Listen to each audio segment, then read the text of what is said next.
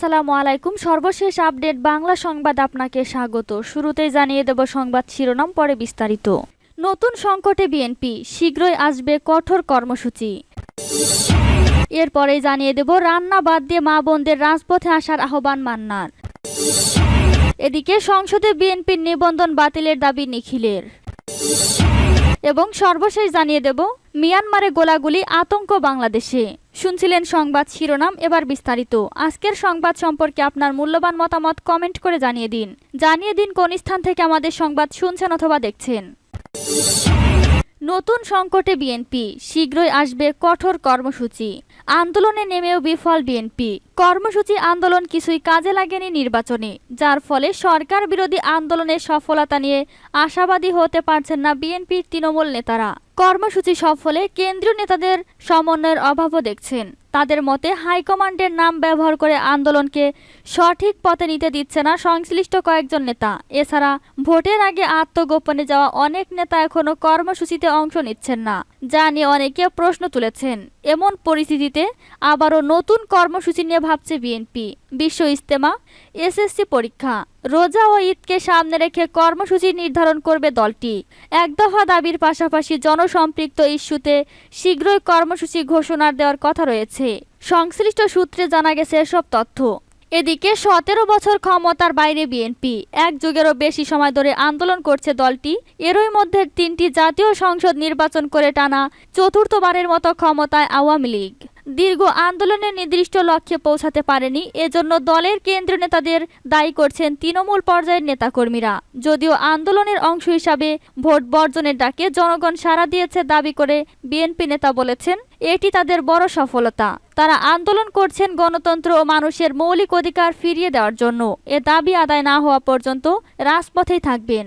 তৃণমূল নেতা কর্মীদের অভিযোগ, এক দফার আন্দোলনে ধারাবাহিক কর্মসূচি ঘোষণা করেও মাঠে নামেনি কেন্দ্রীয় নেতারা।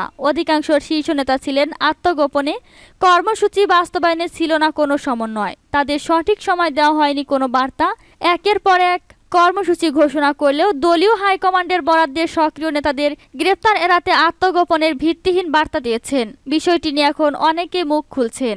তাদের দাবি, কেন্দ্রীয় নেতারা আত্মগোপনে থেকে অনেক সময় তাদের বিভ্রান্তিমূলক তথ্য দিয়েছেন। যদিও সরকার বিরোধী আন্দোলনে ব্যর্থতার দায় দেখছেন না বিএনপির কেন্দ্রীয় নেতারা। তারা বলছেন, দলীয় হাইকমান্ডের নির্দেশে আত্মগোপনে ছিলেন। শীর্ষ ও কেন্দ্রীয় নেতারা গ্রেপ্তার হলে সরকার বিরোধী আন্দোলন চালিয়ে যাওয়া সম্ভব হতো না। জানতে চাইলে বিএনপির সিনিয়র যুগ্ম মহাসচিব রুহুল কবির রিজভী বলেন, এক দফার আন্দোলনে তৃণমূলের সঙ্গে কেন্দ্রীয় নেতাদের কোনো সমন্বয় ছিল না, বিষয়টি সঠিক নয়। সরকার এমন একটা পরিস্থিতি তৈরি করেছে, তৃণমূলের নেতাদের সঙ্গে সার্বিক বিষয়ে কথা বলেছেন। আমাকে কর্মসূচি ঘোষণা করতে হয়েছে। প্রতিদিনই কোথাও না কোথাও কর্মসূচি পালন করেছি। তিনি বলেন, যেখানে দেখা মাত্রই গ্রেপ্তার করা হচ্ছে, সরকার নিজেরা নাশকতা করে বিএনপি নেতাদের নামে মামলা দিয়েছে। এমন বিভৎস দমন পীড়নের মধ্যে সর্বোচ্চ যতটুকু পারা যায় শীর্ষ নেতারা তার রক্ষা করার চেষ্টা করেছেন। এখন পর্যন্ত কেউ কেন্দ্রীয় নেতাদের সমন্বয়হীনতার বিষয়ে অভিযোগ করেননি। রান্না বাদ দিয়ে মা বোনদের রাজপথে নামার আহ্বান মান্নার। নাগরিক ঐক্যের সভাপতি মাহমুদুর রহমান মান্না বলেছেন, সরকারকে বলেছি দ্রব্যমূল্যের দাম কমাতে হবে। যদি না কমাতে পারো তাহলে যত তাড়াতাড়ি পারো চলে যাও। ওরা আওয়ামী লীগ যদি না যায় তাহলে মা বোনদের বলছি, রান্নাঘরের কাজ বাদ দিয়ে, ঘর সংসারের কাজ বাদ দিয়ে আপাতত কিছু সময়ের জন্য রাজপথে আসেন, মিছিল করেন। মাহমুদুর রহমান মান্না বলেন, দ্রব্যমূল্যের সীমাহীন ঊর্ধ্বগতিতে মানুষের জীবন চলছে না। সরকার কিছু করতে পারছে না, কারণ এ সরকার নিজেই সিন্ডিকেট। তারা সিন্ডিকেট ভাঙবে কিভাবে? সব চোর বাটপারদের নিয়ে সরকার বানিয়েছে। এরা জনগণের সম্পদ লুট করবে আর বিদেশে পাচার করবে।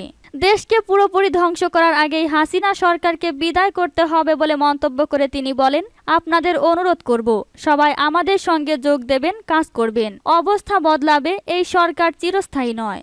সংসদে বিএনপির নিবন্ধন বাতিলের দাবি নিখিলের। সন্ত্রাসী ও জঙ্গি সংগঠন হিসাবে বিএনপিকে নিষিদ্ধ ও দলটির নিবন্ধন বাতিলের দাবি জানিয়েছেন সরকারি দলের সংসদ সদস্য ও যুবলীগের সাধারণ সম্পাদক মাইনুল হোসেন খান নিখিল। তিনি বলেন, একাধিকবার বলেছি, জঙ্গি সংগঠন যতদিন রাজনীতিতে বিচরণ করবে ততদিনই বাংলাদেশের ভোগান্তি হবে। এ সংগঠনের নিবন্ধন বাতিল করা হোক, নিষিদ্ধ ঘোষণা করা হোক। বিএনপির প্রতিষ্ঠাতা জিয়াউর রহমানকে জাতির পিতা বঙ্গবন্ধু শেখ মুজিবুর রহমানের হত্যাকারী ও বাংলাদেশ ধ্বংসকারী দাবি করেন নিখিল। একই সঙ্গে তার প্রতিষ্ঠিত দল বিএনপিকে কানাডার আদালতে সন্ত্রাসী সংগঠন হিসাবে আখ্যায়িত করেছে বলে দাবি করেন তিনি। নিখিল বলেন, বিএনপি জামায়াত সন্ত্রাসী ও জঙ্গি সংগঠন। কেমন করে বাংলাদেশ রাজনীতি করে? সরকারি দলের আরেক সংসদ সদস্য সাইফুজ্জামান চৌধুরী বলেন, দ্বাদশ জাতীয় সংসদ নির্বাচন ছিল কঠিনতম চ্যালেঞ্জিং নির্বাচন। বিএনপি জামায়াত এই নির্বাচন বানচাল করার জন্য নানা ষড়যন্ত্র করেছিল। সাংবিধানিক শূন্যতা ছিল তাদের লক্ষ্য। তারেক রহমানের সমালোচনা করে তিনি বলেন, তারেক রহমান লন্ডনে বসে দেশের নৈরাজ্য সৃষ্টি করেছিল। স্বতন্ত্র সংসদ সদস্য মঈন উদ্দিন বলেন, প্রধানমন্ত্রী শেখ হাসিনা বলেছিলেন জাতীয় সংসদ নির্বাচন অবাধ, নিরপেক্ষ, সুষ্ঠু হবে। এর মধ্য দিয়ে যারা নির্বাচিত হয়ে আসবে তিনি তাদের স্বাগত জানাবেন। প্রধানমন্ত্রী তার কথা রেখেছেন। তিনি বলেন, উন্নয়নকে প্রধানমন্ত্রী শিল্পের পর্যায়ে নিয়ে গেছেন। উন্নয়নকে কবিতার সঙ্গে তুলনা করা হলে তার কবি প্রধানমন্ত্রী শেখ হাসিনা। কল্যাণ পার্টির চেয়ারম্যান সৈয়দ মোহাম্মদ ইব্রাহিম বলেন, ৭ই জানুয়ারি আমার নির্বাচনী এলাকায় অত্যন্ত প্রতিযোগিতামূলক নির্বাচন হয়েছে। আইন শৃঙ্খলা রক্ষাকারী বাহিনী, নির্বাচন কমিশন, প্রশাসন পরিশ্রম করে নির্বাচনের মাঠ যথাসম্ভব নিরপেক্ষ রেখেছিল। তিনি বলেন, দুর্নীতি এখন জাতীয় সমস্যা। এককভাবে কেউ এজন্য দায়ী নন। সম্মিলিতভাবে চেষ্টা না করলে এ সমস্যার সমাধান হবে না। দোষারোপ করে সমস্যার সমাধান হবে না। তিনি দুর্নীতি প্রতিরোধে একটি জাতীয় কর্মপরিকল্পনা গ্রহণ করার প্রস্তাব করেন। মিয়ানমারে গোলাগুলি, আতঙ্কে বাংলাদেশ। বান্দরবানের নাইক্ষ্যংছড়ি উপজেলার তুমব্রু সীমান্ত সংলগ্ন মিয়ানমারের অভ্যন্তরে দেশটির সীমান্তরক্ষী বাহিনীর সাথে সে দেশের আরাকান আর্মির গোলাগুলি চলছে। এতে আহত হচ্ছেন দেশটির সীমান্তরক্ষী বাহিনী, বর্ডার গার্ড, পুলিশের বিজেপি সদস্যরা। গুলিবিদ্ধ হয়েছেন অনেকে। প্রাণ রক্ষা সীমান্ত পেরিয়ে বাংলাদেশে ঢুকে পড়েছেন বিজেপি সদস্যরা। মিয়ানমারের সীমান্তরক্ষী বাহিনী, বর্ডার গার্ড, পুলিশের 14 সদস্য বাংলাদেশে ঢুকে পড়ে বান্দরবানের নাইক্ষ্যংছড়ি ঘুমধুম সীমান্তের তুমব্রু এলাকায় বিজেপি ক্যাম্পে তারা আশ্রয় নেন। যদিও বিকালে স্বরাষ্ট্রমন্ত্রী আসাদুজ্জামান খান কামাল জানিয়েছেন তাদের শীঘ্রই দেশে ফেরত পাঠানোর চেষ্টা করা হচ্ছে। বিজেপির একটি সূত্র জানিয়েছে, এখন পর্যন্ত বাংলাদেশ সীমান্তে আশ্রয় নিয়েছে অর্ধশতাধিক মিয়ানমার সীমান্তরক্ষী বাহিনী, বর্ডার গার্ড, পুলিশের সদস্য। তাদের মধ্যে কয়েকজন গুলিবিদ্ধ আছেন। এদিকে মিয়ানমারের গোলাগুলিতে 3 বাংলাদেশি গুলিবিদ্ধ হয়েছেন বলে খবর পাওয়া গেছে। তবে বিষয়টি নিশ্চিত করতে পারেনি কেউ। মিয়ানমার সীমান্তের সংঘাতের কারণে বাংলাদেশের 5টি সরকারি প্রাথমিক বিদ্যালয় ও সীমান্তবর্তী কয়েকটি সড়কের যানবাহন চলাচল নিয়ন্ত্রণ করার ঘোষণা দিয়েছে বান্দরবান জেলা প্রশাসন। সীমান্তের ওপারে মিয়ানমারে গোলা নিক্ষেপ ও গোলাগুলির কারণে স্থানীয় লোকজন আতঙ্কিত হয়ে পড়ায় এই সিদ্ধান্ত নেওয়া হয়েছে বলে জানিয়েছেন জেলা প্রশাসক শাহ মুজাহিদ উদ্দিন। সীমান্তের শক্তি বৃদ্ধি করা হয়েছে জানিয়ে স্বরাষ্ট্রমন্ত্রী বলেন, কোনোভাবেই কেউ আমাদের সীমানায় অনুপ্রবেশ করতে পারে না। সে ব্যাপারে আমরা খুব সতর্ক রয়েছি। যুদ্ধ কতদিন চলে আমরা জানি না, কিন্তু সীমান্ত পার হয়ে কাউকে আসতে দেব না। বিজিবিকে আমরা সেই নির্দেশনাটাই দিয়েছি।